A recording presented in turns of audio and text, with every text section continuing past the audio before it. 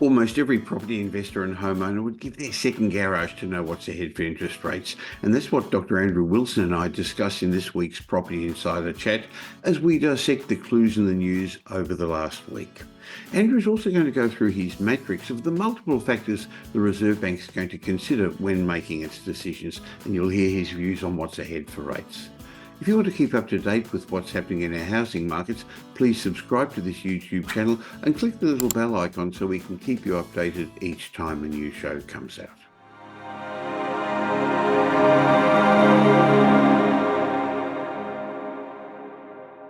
The primary task of our Reserve Bank Governor, Michelle Bullock, is to bring inflation to the central bank's target range of between 2 and 3% and keep it there.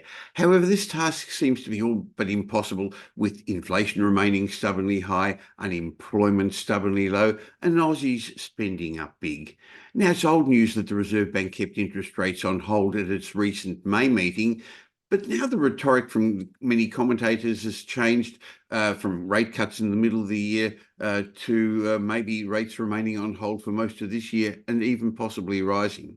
Well, over the last week, there have been some clues in the news as to what's ahead, and I'm keen to discuss these with Australia's leading housing economist, Dr. Andrew Wilson, Chief Economist of My Housing Market, in this week's Property Insider Chat.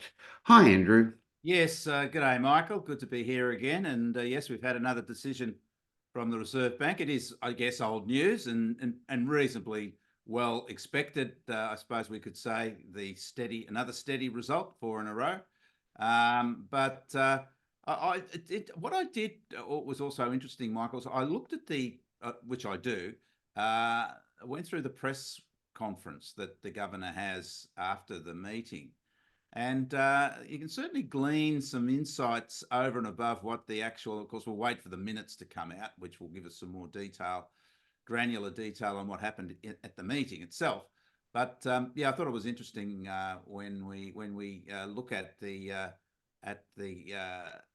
actual press conference, because the governor she revealed a few things which I think were quite interesting. But nonetheless, another steady decision from the Reserve Bank. That's 4 in a row, and it is the anniversary, the second anniversary of the first rate rise back in May 2022, which was the first in 10 years. So we've had 2 years of higher rates now. That first decision back 2 years ago was the first increase in rates for 10 years. So, and obviously it had its impact on confidence, particularly in the housing market shorter term. Yeah, look, it was interesting. We've had, even though we've had 2 years of higher rates, we still have, as you mentioned, very low unemployment numbers, still with a 3 in front of it. Who would believe we've had so many months in a row, just about in a row, of unemployment rates with a 3 in front of them? It's even getting better than the early 70s, Michael, which maybe you and I remember. I'm not sure, but it's quite a remarkable labour market in terms of this very, very consistently low unemployment rate. You'd sort of expect that with unemployment continuing so low and the labour market so strong, that it still meant a lot of headwinds for getting on top of inflation. But, inflation has fallen until recent months. But it's, I guess the wish is, or the hope is, that we'll get the so-called soft landing, which is get back to our target rate and still have a very strong labour market. But of course, that remains to be seen. We've also had jobs surging over the last few months, unemployment numbers falling, participation rate, which measures the proportion of the potential workforce that's actually working, is near record highs still. Even though we've seen some easing in retail sales, we discussed that last week, of course, it's still very high, the numbers, and they're still tracking ahead of where they were a year ago. And of course, the last year or two of retail sales have been inflated by the stimulus packages from COVID, from governments to support the COVID economies.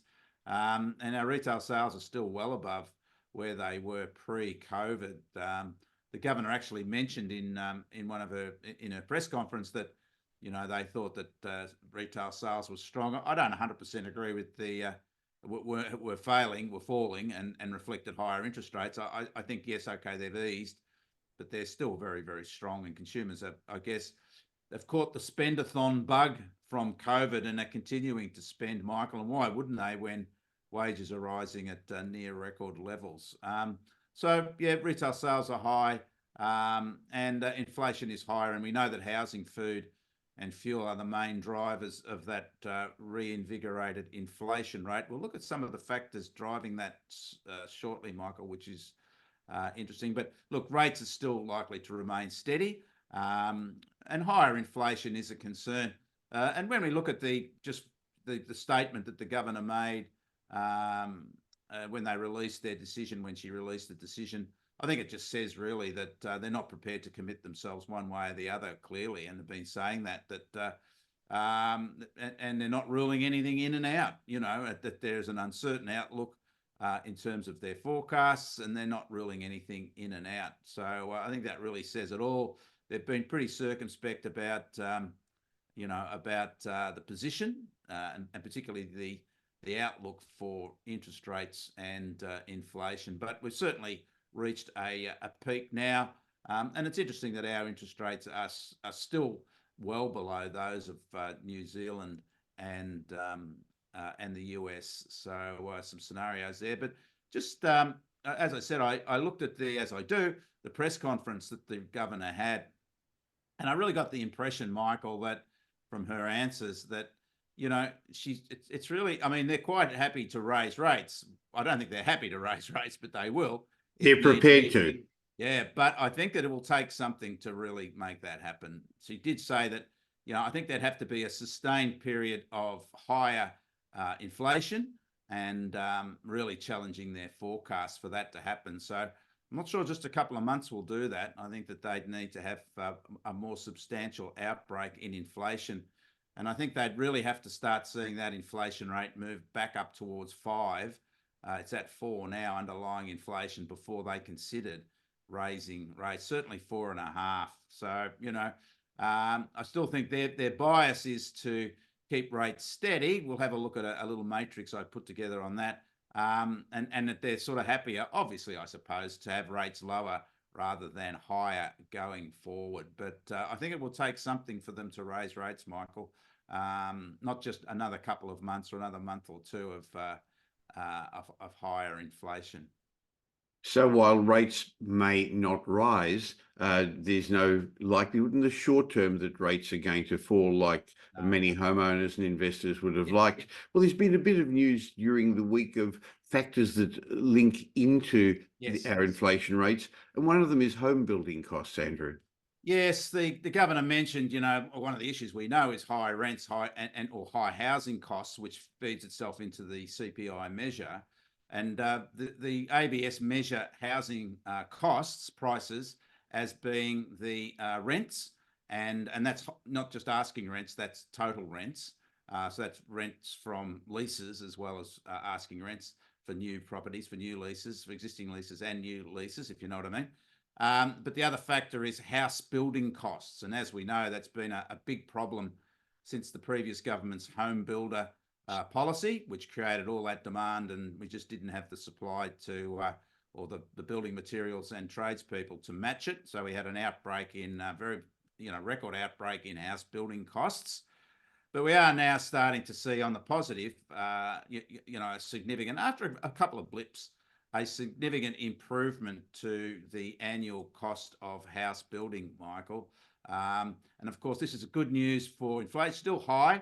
And we see annualized increases in house building costs, according to the My Housing Market House Building Cost Index, of 5.2%, which is well below where it was a year ago, half of where it was a year ago, less than half of where it was a year ago, and well down on the peak of over 22% that it recorded in the series. So some good news there in terms of house building costs. So just to make it clear, the cost of construction has gone up, but it's not rising anywhere like it used to. That's right. Yeah, and that's what we see when we look at the actual index itself. We can see that yes, it has been rising, but the last two quarter-on-quarter measures over the month have actually seen it starting to decline. So even though it's been rising, it's now starting to decline, Michael. and even though it's higher, it's not rising at the same rate it was. And of course, that's the reason we put it in that context, is because that's how they measure inflation. So if the annual rate of building costs is falling, which it is, increases in building costs is falling, then that'll work its way into an improved inflation outlook. So some good news there. And of course, the other major factor that we've seen really driving inflation, and we've discussed this at some length, the relationship between the price of oil and the headline inflation rate. We can see, we've revealed charts that show the relationship is quite clear. Higher oil prices, higher inflation. So we've said that we need to keep an eye on how the price of oil has been tracking. And of course, we have seen a breakout in the price of oil over recent months. And that was similar to what happened in late last year, or certainly October, November last year, which did influence the Reserve Bank, or certainly influenced inflation and influenced the Reserve Bank to raise rates then. So we've seen a rise in the price of oil, and we know that with those price of petrol at the Bowser, Michael. Yes. But the good news is, and even though we're still going to see a 6% increase over April, or we have had a 6% increase over April compared to April last year, which will work its way into the inflation rate, it is backward looking, because when we look at what's happened so far in May, it's actually an improved story, Michael. We're now tracking below $80 US a barrel, despite all that's happening in the Middle East. I think the US are very nervous, particularly the government, about the political impact of higher oil prices, and I think they're working to release as much supply as they can, and that's offsetting the shortages, perhaps due to some of those conflicts that we have in Europe and the Middle East. But so good news there is that the price of oil is actually on the way down. Now, we don't want to say anything specific here because these things can bounce around, but it does look like the trend is starting to reverse. Again, some good news. So we've got some good news on house building costs, Michael, in terms of the inflation outlook, and also for the price of oil. Well, there's a whole lot of variables the Reserve Bank takes into account, and you put a little matrix together, so there are some good factors and some still causing some challenges. Let's have a look at their decision-making process, Andrew. Well, just following on those factors we just discussed, Michael, I thought we'd put together just a little matrix there of the factors and just rate them in terms of what they mean for the decision for interest rates. Now, inflation is certainly rising, still well ahead of target. You'd have to say that that's an upward that puts upward pressure on interest rates, obviously, in terms of the trend. The oil price is now easing, which we just discussed, which is good news going forward. So I'd say that's at this stage, it gives us a steady outlook for interest rates. Similarly, house building costs are lower, still high, but I think that gives us a steady outlook. Home rents are still rising, maybe some slight signs in the latest My Housing Market Rent report that vacancy rates were just easing a little bit for units, but certainly early days there. I still think that we're going to see upward pressure on rents going forward. So that obviously has a higher interest rate context because of how that drives inflation. The jobless rate has been higher, but it's still very low. It's higher than where it was a year ago, but it's still in the threes, as we said. So I think that is still a higher outlook for interest rates. Wages are rising strongly. Obviously, that's not good news for inflation. Higher retail sales are lower, still high, but I'd say that's a steady outlook for rates. House price growth is continuing. I think part of maybe the discussion with the Reserve Bank would be they wouldn't want to cut rates if there's a strong housing market, for fear of having higher prices and having an impact on affordability, which I think they're sensitive to. I actually think they're a bit too sensitive to that as a variable, but nonetheless, traditionally they have been wary of lower rates fueling strong housing market activity. We're still well below, so I'd say that's steady, still well below the US, our rates, but our inflation is ahead of the US. So overall, that even those things are different from jurisdiction to jurisdiction, so that's steady. And the recent focus on rate cuts in Europe and the US, particularly the US, is fading, so steady. and we've had a bit of lower economic growth. So maybe that's a big picture item that the Reserve Bank would think to keep an eye on, because obviously if we did start to decline, our economic outlook or output start to decline, it would have a lower interest rate connotation. So look, putting all that all together, Michael, if we can, and it's not meant to be an absolute model. I think it gives us that sense that, yeah, the bias currently is for higher rates because of those factors. But I think quite clearly the outlook is for steady rates. And I think the conversation that the governor had with the media clearly points to that. Even though they're sort of saying, well, anything could happen, I think they're more likely to. They're really going to need something, I think, before they raise rates.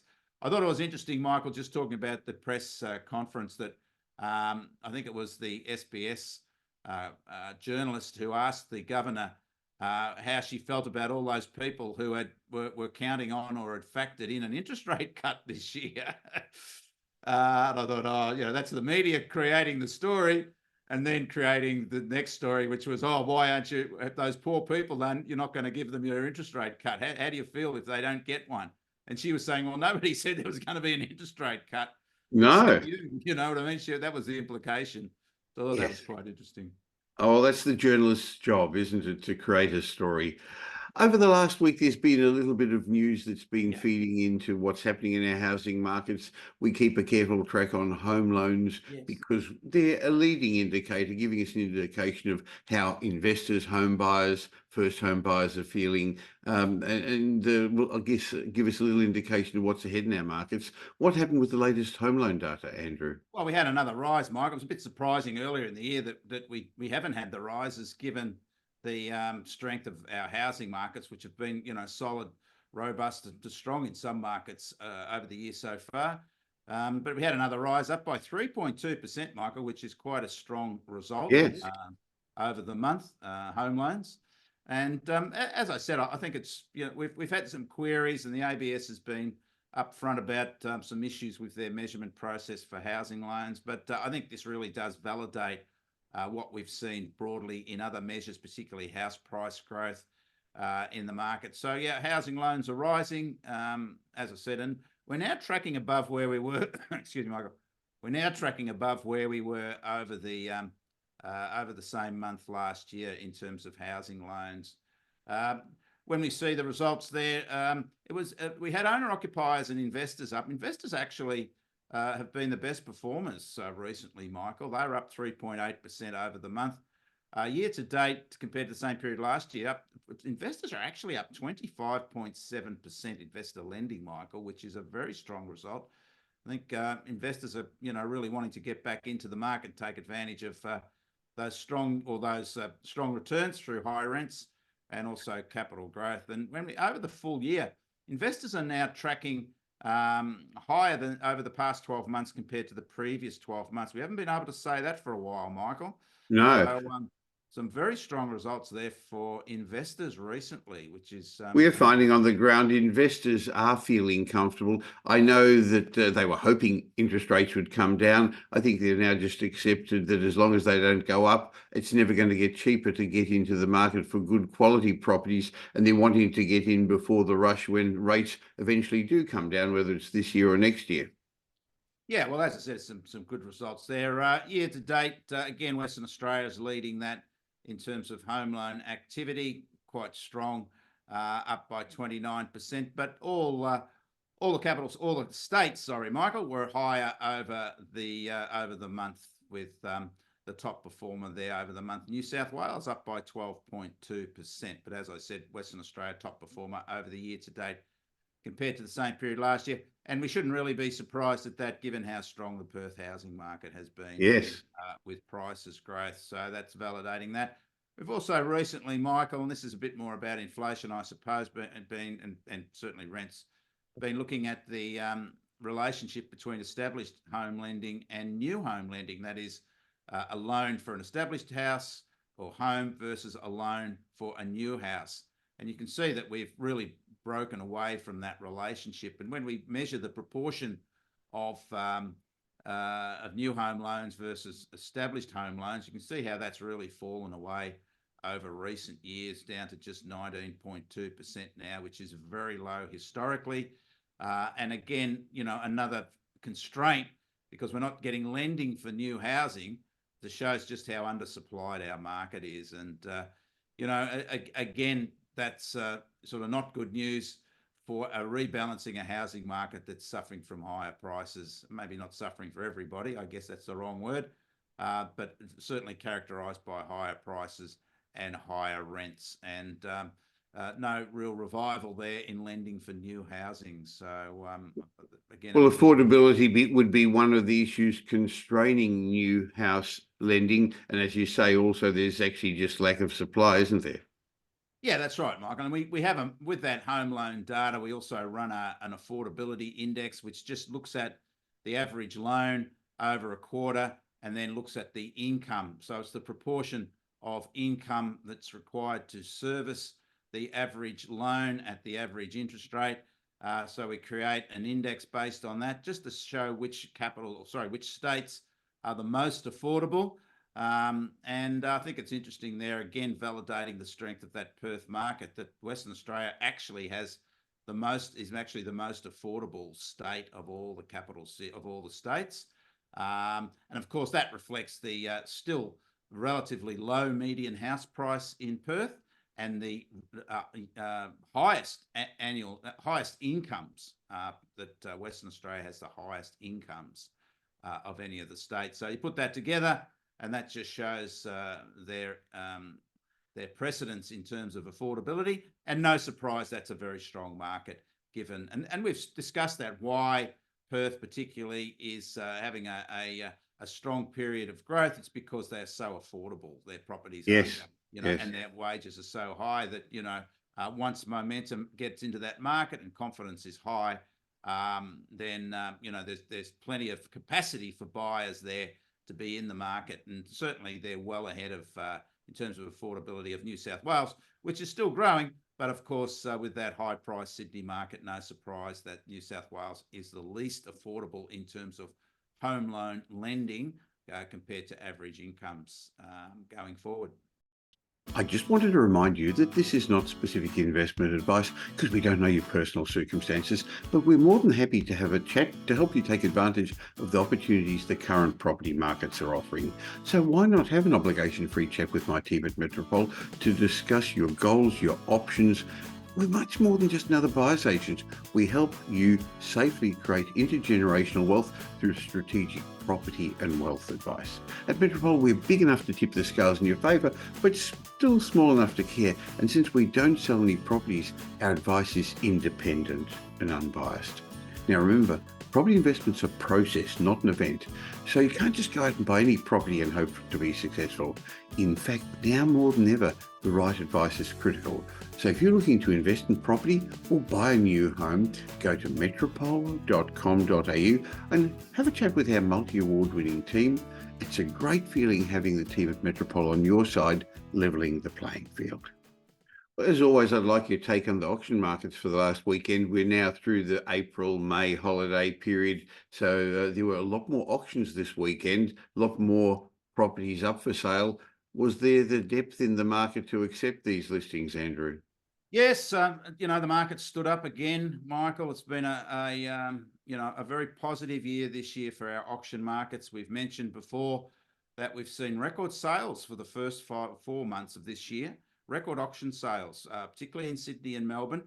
So even though clearance rates have been a little bit lower, well, maybe not so much in Sydney, but a little bit lower in Melbourne, the actual volume of sales has been quite high, because of the number of listings that are actually being cleared, and again, another reflection of just how strong housing markets have been this year, and no real change over the weekend. As you mentioned, the holiday period is now behind us, so we're into the last, I guess, normalised part of the notional autumn selling season, which works its way up till the end of June, before we move into the winter hiatus, the winter quieter period.